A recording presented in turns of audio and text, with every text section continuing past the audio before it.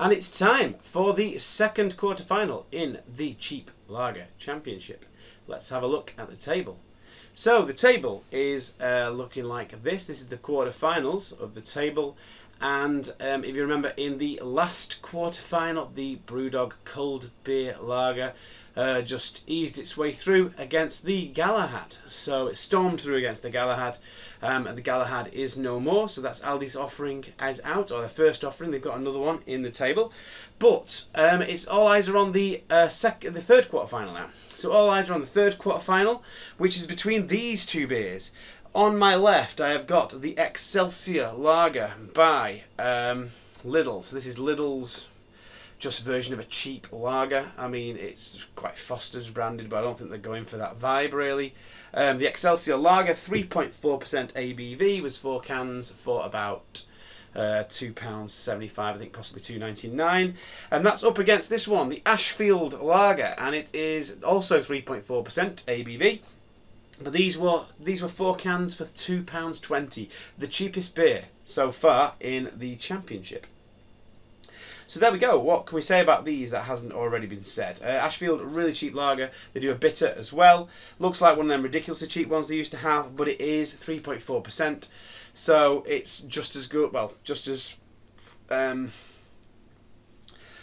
allowed to be in the championship as any other beer. Brewed with finest British malted barley for a crisp flavour, apparently. And this is from Tesco, Tesco's own brand cheap lager. This is Lidl's own brand cheap lager. I think pretty much they're direct competitors, so we will see how they fare against each other.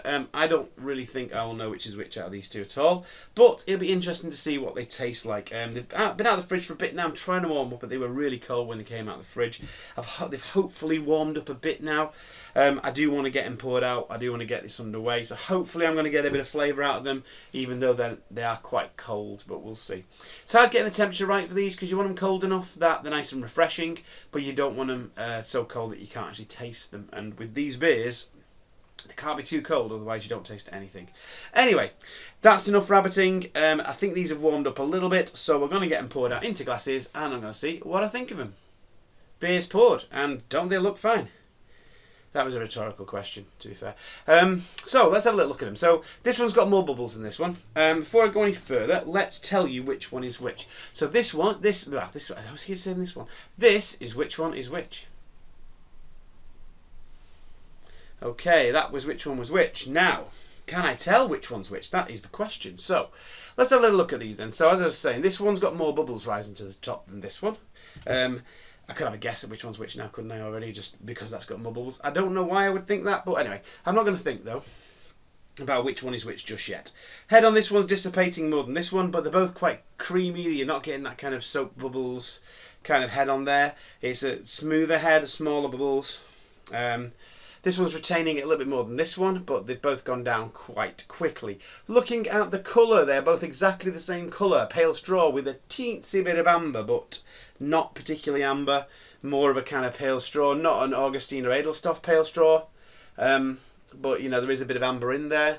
And they look good. They look good, actually. They look good, but again, it's not about how they look. We're going to see how they smell, and it's not about how they smell, really. It's the third thing that's going to be telling us which one goes through. I am smelling something though from here. I've got a waft of beer, which is always good on these things. Anyway, let's get a smell from this one. So let's see. Nice lacing on the glass for that one. Let's.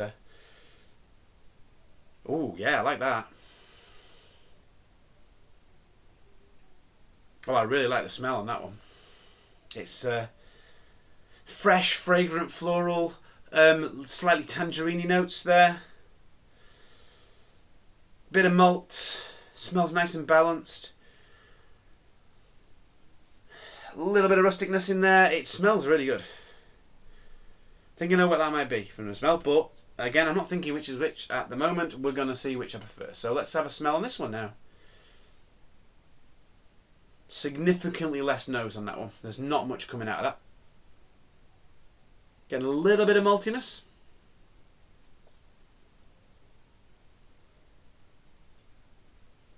It's a little bit not as fresh smelling. It smells a little bit mouldy. Is that the right word? Not in a bad way though. Not bad mouldy, not madry mouldy, just a little bit too rustic on the smell there. A bit malty in the nose, but not fragrant. I'm going to go this one again. Not fragrant, floral and zesty like this one smelled. Yeah, fragrant, floral, zesty. Fresh and malty, nice. That's got a nice smell on it. That one has got an alright smell on it, bit weaker. Let's have a bit of this. Okay, the time has come to taste. I'm getting more excited about this. I'm enjoying this more now than I was. There's not many beers left to go, and I'm starting to think some of these beers will be alright. So let's go in for this one first. I'm looking forward to drinking this one. Cheers.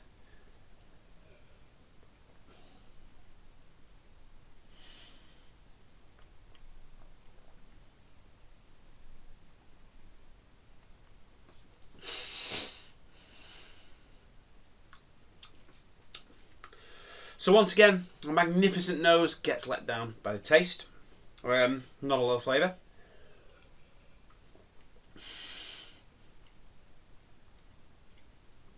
But there is a bit of flavour there. I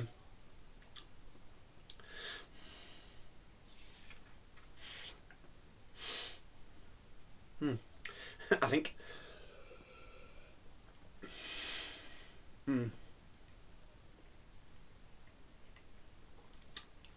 So getting a little bit of citrus in the flavour there, a little bit of malt, tiny bit of bitterness, tingling the tongue a bit. Not much else.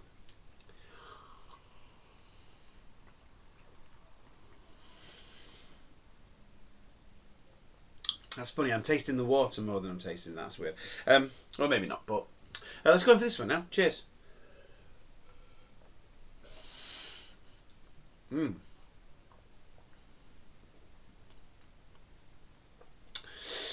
That's significantly more bitter.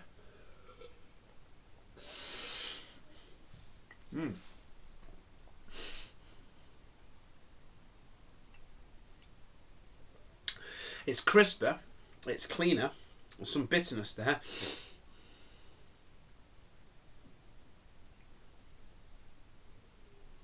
And a bit of like lager tastes in the flavour there. It's quite smooth. A little bit of malt. I'm going to have to go to and fro these a little bit. To and from these a little bit. Because this one, I really enjoyed the nose on this one, but I wasn't getting much from the flavour. In a weird twist of fate, this one was giving me more flavour and less nose, which is strange. Yeah, get a bit more nose from this actually now. It's smelling a bit more healthy now, this one. Yeah, a little bit of that over rustic malt in the background. That one's smelling better. Okay, let's go backwards and forwards a little bit. I don't know which I prefer out of this one, and I really don't know which is which.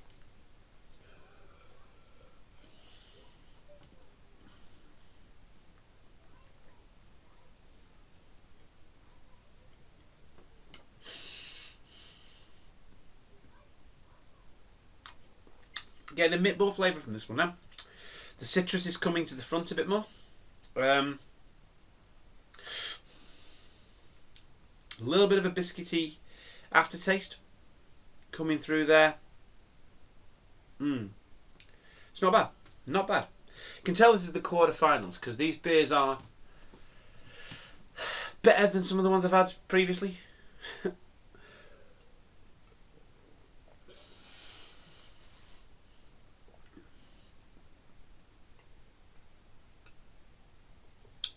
Yeah, this one, that whack of bitterness really hits your palate straight away.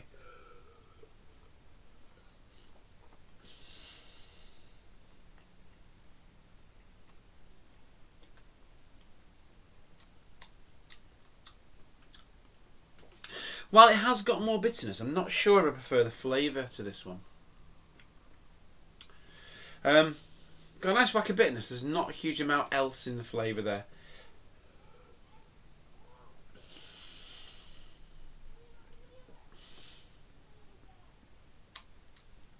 More I'm drinking this, More I'm getting kind of like a light maltiness, a little bit of a toastiness. A little bit marmalade-y, a little bit zesty.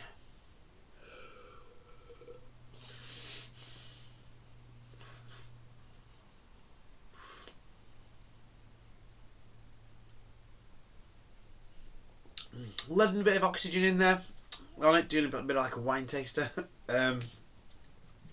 Getting a bit of that. Yeah, it's a nice kind of toasty maltiness coming through on this one.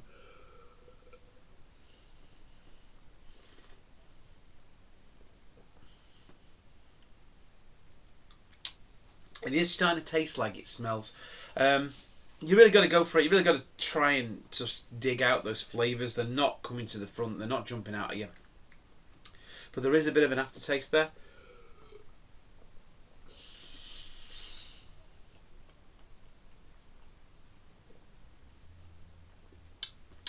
This one I'm getting the bitterness. There is a bit of something else there, but I think the bitterness overpowers it a bit.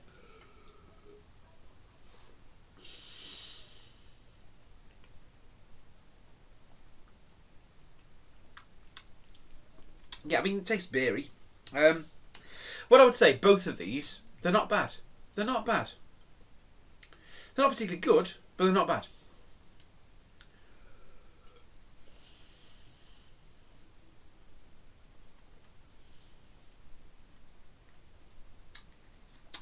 But I'm struggling.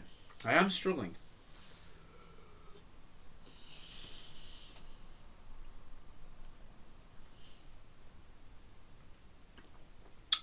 Yeah, I'm getting some more of those kind of Hellas flavours coming to the front. Getting a bit more on the nose there. I mean, the light, the refreshing, they're both very drinkable.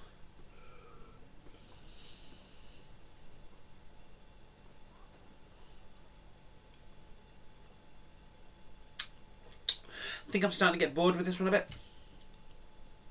Don't know.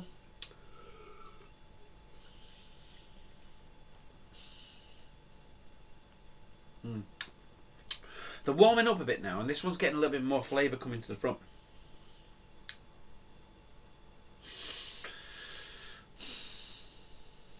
Bit of an aftertaste, well, bit of a nice finish on that one. I think it will be down to the finish. I mean, at the moment, flavour, these are both very similar.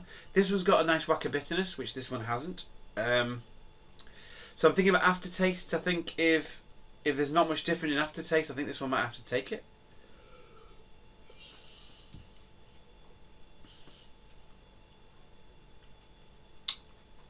Getting a little bit of an off flavour on this one as well, but I'm getting a bit of that tangerine, that kind of orangey, marmalade-y taste.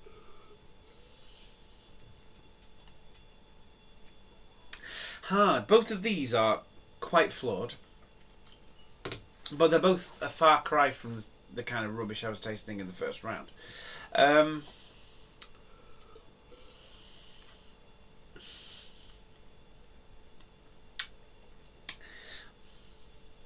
A bit of bitterness on this one. It's quite dry, which I like.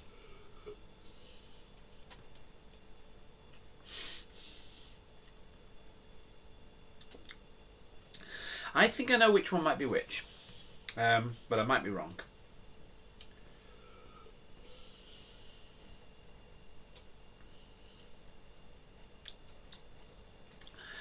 But I'm struggling. I'm really struggling to decide between them. Gotta say. Getting a bit of bitterness with this one. I'm going to have one gulp on both again, and then it's just going to have to be a gut instinct, I'm afraid.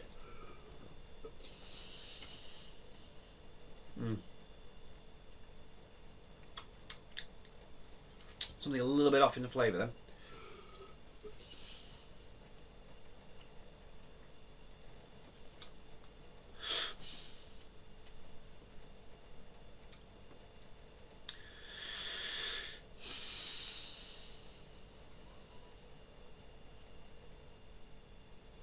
Okay, so right, the way it's going to go, this has got a bit more bitterness. Other than that, they're both very hard to tell apart. I think the bitterness on this one will make you keep coming back for more. It's a little bit more interesting. So for that reason, this one's going to go through. This one isn't. I'm thinking that this is the Ashfield strangely enough. I would have thought the Excelsior would have more bitterness, but I think this has more of a generic lagery taste, which I said I got from the Ashfield. Whereas this one, I think I had to fish more for the taste on this one, which I think I did for the Excelsior. I can't remember. They've both got a reasonable taste to them. They're quite light in taste, which they will be, 3.4%. They're very cheap. I'm going to say this is the Ashfield, and this is the Excelsior. Either way, they're both a steal, I think, for the price. Really, for less than £3 for a 4-pack, it's just great. I mean, over things like Foster's and Carling and Carlsberg and stuff, just get this any day of the week. I mean, that stuff's absolute tosh compared to this. I'm going to find out which was which now, anyway, because I honestly don't know. I could not tell the difference. It's really hard. When you can barely taste the beers in the first place, it's very hard to tell the difference between them. I'm going to go Ashfield, Excelsior. Let's come back in a second and see if I was right. And I'm back, and I'm not allowed to change my mind. This was the Ashfield. I was right. Wait, I'm I'm happy with that. I spotted the generic lager taste of the Ashfield, which is interesting. The Excelsior, yeah, I thought it had more flavour than that, but I'm now comparing it against a beer that also has a bit of flavour. I think if I compared that against a can of Carling, it would just be bursting with flavour. It's all about really what you're comparing it against. Let's go from the can. So from the can, that's got a bit of flavour to it. Not a lot, but it's just nice, it's pleasant, it's clean. And that was the one that had a bit more fizz in it as well. Yeah, and the Ashfield, there is a bit of bitterness there. A bit. And a bit of maltiness. If you just want a cheap lager, that is really good for the price. £2.20 for 4 cans. That's just over 50p a can. What's 55p a can? 55p a can. So for 55p a can, you can get this stuff, which looks like the cheapest, nastiest lager that you could possibly buy anywhere, but it's currently moving now into the semi-finals of the Cheap Lager Championship. And again, this is just one person's opinion, but that is not bad. I mean, obviously, compared to a decent lager, and really compared to loads of lagers that have got over 4.5% ABV, this wouldn't stand a chance. Just these beers at this kind of percent, they can't brew a decent lager, I don't think. I mean, some craft breweries brewing some alcohol-free lagers might be able to brew something a bit different with a nice flavour that's got some flavours and stuff. But if you want to brew a standard pale lager, you can't do it at such a low alcohol, I don't think. Unless anyone can give me any ideas of any low alcohol lagers, just pale lagers, not crafty lagers, because I know with crafty lagers you can do all kinds of things. But give me a pale lager that's low alcohol, that's got a bit of flavour to it, and doesn't taste like that alcohol-free rubbish that you get everywhere. Because it'd be interesting to see whether I'm wrong, but as far as I'm concerned, you can't brew a decent lager for less than 4.5%. And at the moment, it's really the cold beer lagers looks like it's going to be one of the front runner, and that's because that's a crafty lager as well. That's got some crafty vibes to it, where we're getting other flavours in there, which is making it more interesting. That's nice, though. The Excelsior's not bad, actually. I mean, don't get me wrong. I mean, that Ashfield will beat some 5%ers. There are some 5% beers, things like Sol and stuff like that. I know that's 5%, but I know that it's no flavour whatsoever. There are, I mean, you can brew a beer with no flavour at 5%, but generally these lower beers, they're not the same as some of the higher ABV beers. Higher ABV lagers. I'm rabbiting like mad now. I don't know what I'm talking about. I don't care. But yeah, but I am enjoying these more. I mean, I'm saying that and also going on about how I actually like these lagers. You know, they are nice, but they're not as full on in flavour as something like Dab. I keep mentioning it, or even things like Birra Moretti. That Grande. I think this is coming out after the Grande. So that Grande from Aldi, really impressed with how much flavour that had. These just don't have the same kind of flavour. You know, but I wouldn't expect them to. And at the moment, I'm drinking these now. They're going down really easy. I've nearly finished both cans. And that's nice. That is nice. If I just want some cheap cans, take to a barbecue, I'd be happy with that.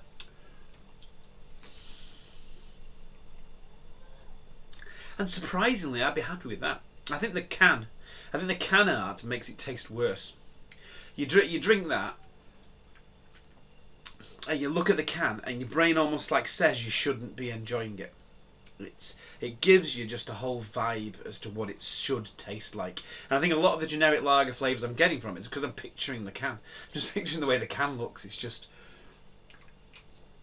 that just screams bog standard sort of generic lager. Whereas this screams something a little bit more premium. But either way, I'm enjoying both of these lagers. They've both got a bit of bitterness to them. They're quite dry. They're not too sweet. They've got a bit of flavour. They're quite lagery and something else. And I am enjoying them. And the warmer they're getting, the more I'm enjoying them. I still can't choose between them. I'm starting to enjoy this a bit more now. I can't choose between them, but this one, when it was blind, had a bit more bitterness. And that's all there is to it. Ashfield is through, Excelsior is out, but to be honest, you had 2 bites at the cherry and you are a good beer. Excelsior is a decent beer, especially at that kind of price. If you want 4 cans for less than £3, then get this at your local Lidl. But if you've got a Tesco nearby, I would really recommend this for 4 cans for £2.20. Absolute steal if you want something cheap. If you've got a budget that stretches to more like £6 for 4 cans, then there's far more variety out there for you. So there you go. Anyway, I've waffled far too much. I'm going to sign out now. So until next time, have a good one.